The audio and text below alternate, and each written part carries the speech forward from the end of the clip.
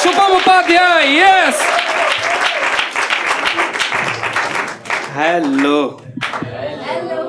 Dark joke चलेंगे? देख लेंगे कितने चल रहे हैं. Let's see. मेरे दादाजी के बारे में तुम्हें बताता हूँ. मेरे दादाजी बहुत प्रोग्रेसिव आदमी, बहुत ज़्यादा. उनका मानना, देखो शुभम नाम में क्या रखा है, तुम जात बताओ.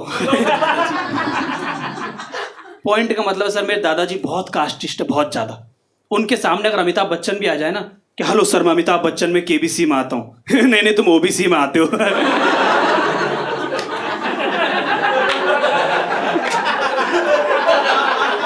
बहुत कास्टिस्ट है यार. एक दिन घर पे बोल रहे थे काम वाली हमारे साथ में खाना नहीं खाएगी, तो फिर मम्मी पड़ोसी यहाँ पे खाना खा रही है.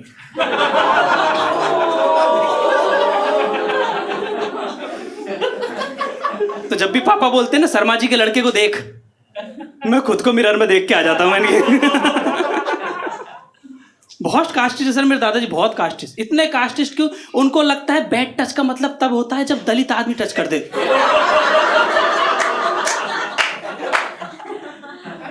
फूफा जी चाहे मॉलेस्ट करके निकल जाए, कोई दिक्कत नहीं, कि चलो कम से कम फूफा जी खुश तो हुए.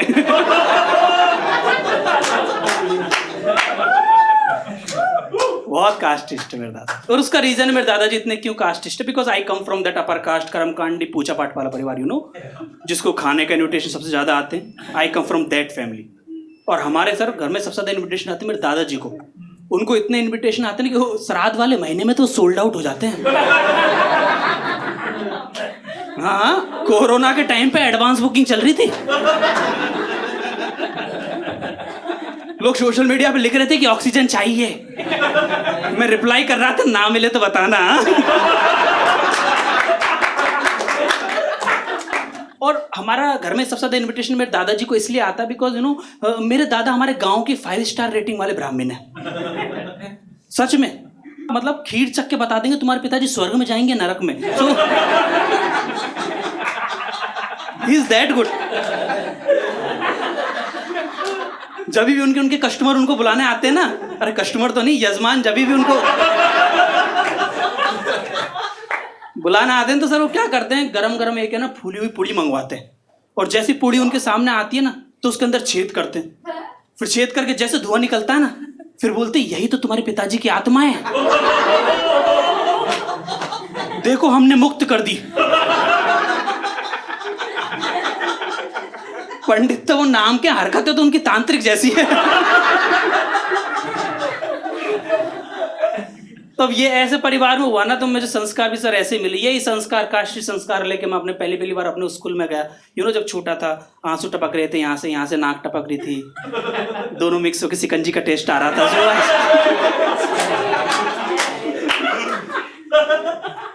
मैं यही संस्कार लेके अपने पहली बार अपने स्कूल में गया. और गजब स्कूल था. हमारे स्कूल का नाम ही बड़ा जोरदार था. स्कूल का नाम था हमारा ज्ञानचंद शिक्षा भंडार. बेंच स्कूल का नाम कम, मिठाई की दुकान ज्यादा लगता था. बहुत ही गजब स्कूल था. स्कूल की राइट साइड की दीवार पे लिखा हुआ था कि यहाँ पे कचरा ना डालें. तो जो पेरेंट्स अपने बच्चों को लेके आए थे ना, वो तो कंफ्यूज ही हो गए कि वहनचुत करना क्या है इसका. बहुत गजब स्कूल था. लेफ्ट साइड की दीवार पे छोटे छोटे बच्चों के कटआउट, उन्हें माला वाला पहना के जो बच्चों की फोटो होती है ना, ऐसे कटआउट बने हुए थे. उनको देख के आधे घंटे तो मैं यही सोचता रहा कि बहुत जल्दी नहीं मर गए यार ये. और दादाजी को नहीं बुलाया तो ज्यादा बुरा लगा. मैं देख ही रहा था कि तभी वॉचमैन मेरे पास में आके मेरे कंधे पे हाथ रख के बोलता है कि एक दिन तुम भी वहां हो सकते हो. गजब स्कूल था भाई, बहुत ज्यादा. और सर ये स्कूल मेरे लिए इसलिए भी खास था because this is the first time जब अपने मैं पहले दलित दोस्त से मिला था स्कूल में. गजब ही मुलाकात हुई जब उसने हाथ आगे बढ़ाया कि हे आई एम एससी, मैंने मतलब शेड्यूल कास्ट. फिर मैंने हाथ आगे बढ़ाया कि हे आई एम बीसी, कि मतलब ब्राह्मण कास्ट. 2-4 मुस्लिम भी थे कि भैया हम एमसी. अरे मैं नॉट टॉकिंग अबाउट यू.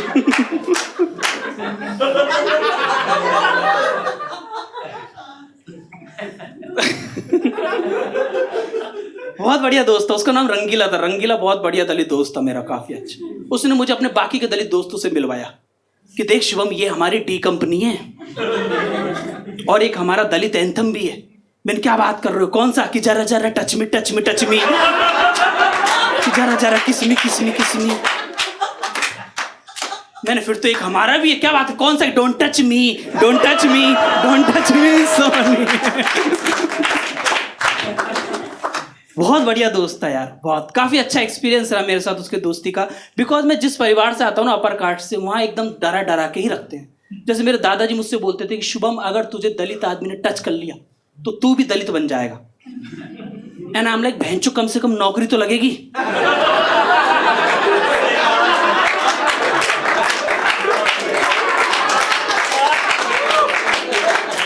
और सुना है उनका तो कोठा भी होता है।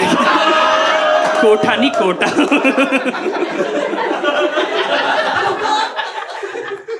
बहुत अच्छा दोस्त था मेरा, काफी ज्यादा। हम काफी शैतानियां करते थे काफी ज्यादा, सर। हम दोस्ती उतनी अच्छी थी, काफी शैतानी करते थे मैं और मेरा दलित दोस्त रंगीला। जैसे कि एक बार हिंदी वाली मैडम हमारे क्लास में आई और उन्हें क्लास में मेरी हिंदी वाली मैडम ने अनाउंस किया कि बच्चों, आज के बाद मेरे पीरियड्स नहीं आएंगे।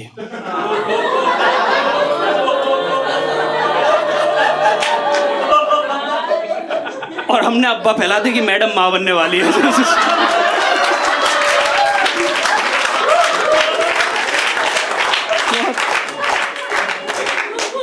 मैडम अलग अलग स्टोरी सुनाती थी, हिंदी वाली मैडम हमको काफी। और हम एडे टेढ़े सवाल पूछते थे। जो एक बार हिंदी वाली मैडम हमको स्टोरी सुना रही थी महाभारत की, कि शुभम और रंगीला, तुम्हें पता है कि जो भीष्म पितामह थे वो इतने बूढ़े होने के बावजूद भी युद्ध में लास्ट तक लड़ते रहे, क्योंकि उनको इच्छा मृत्यु का वरदान था।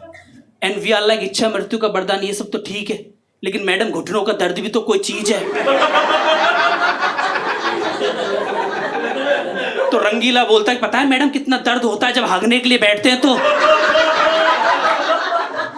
टट्टी बाद में निकलती, पहले चीख निकल जाती है।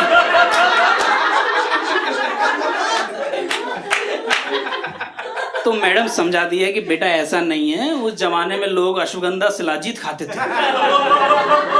जिससे क्या शरीर में एनर्जी बनी रहती है। एंड रंगीला इसलिए, मैडम क्या ही फायदा शिलाजीत खाने का जब तुमने प्रतिज्ञा ही रंडवा रहने के लिए। तो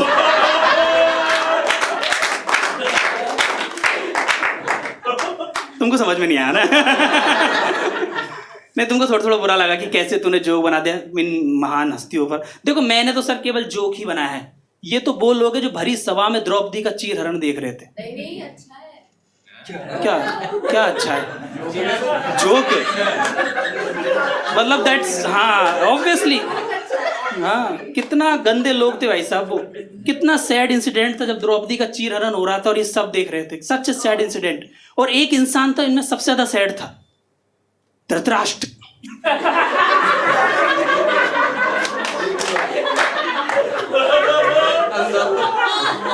Got it slowly.